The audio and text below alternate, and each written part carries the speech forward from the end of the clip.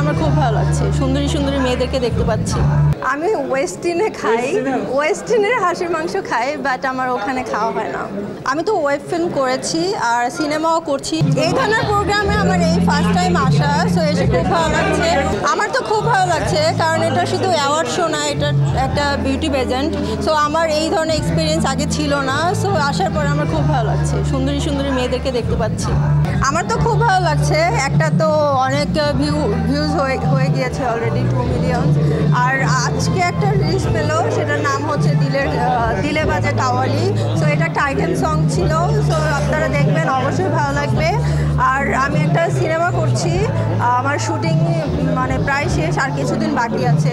So এই তো, আমি আসলে রান্না করতে পারি না, বাট আমি ওইটা শুটিংয়ের জন্য করা হয়েছে আর কি। অনেক গরম ছিল ওই দিন। ওইটা হচ্ছে আমরা 300 ফিটে যেখানে হাঁসের মাংস বিক্রি করা হয়, সো ওখানে ওইটাই আর কি। আমি ওয়েস্টিনে খাই, ওয়েস্টিনের হাঁসের মাংস খাই, বাট আমার ওখানে খাওয়া হয় না।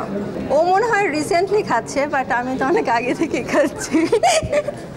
আমি তো নীলা মার্কেটের কি বলে এটা, হাঁসের মাংস ট্রাই করি নাই, বাট আমার কাছে বেস্ট লেগেছে ওয়েস্টিনের হাঁসের মাংস আর ওদের পিঠা।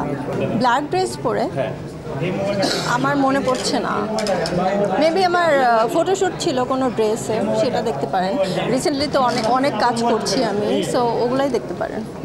এটা লিখলাম, আমার তো অনেক ছোট এজে বাচ্চা হয়ে গেছে, তো সবাই মনে করে না জানি আমার কত এজ, কত বয়স। সো এখন ও আমার থেকে অনেক বড় হয়ে গেছে, এখন দেখতে মনে হয় যে ওর ছোট বোন আমি। ও তো অনেক এক্সাইটেড, মানে আজকে যেমন আমার একটা গান রিলিজ হলো, সো অনেক আগে থেকে বলতেছে মাম্মি কখন রিলিজ হবে, কখন দেখবো। সো অনেক সাপোর্টিভ, অনেক সাপোর্ট করে। আমি তো ওয়েব ফিল্ম করেছি আর সিনেমাও করছি, আপনারা মনে হয় শুনেননি এখনও। আমি সিনেমা করছি, আমার হাফ শুটিং শেষ, আর কিছু বাকি আছে, গানের শুটিং বাকি আছে। দেশে দেশে সবার সাথে দ্য নিউজ।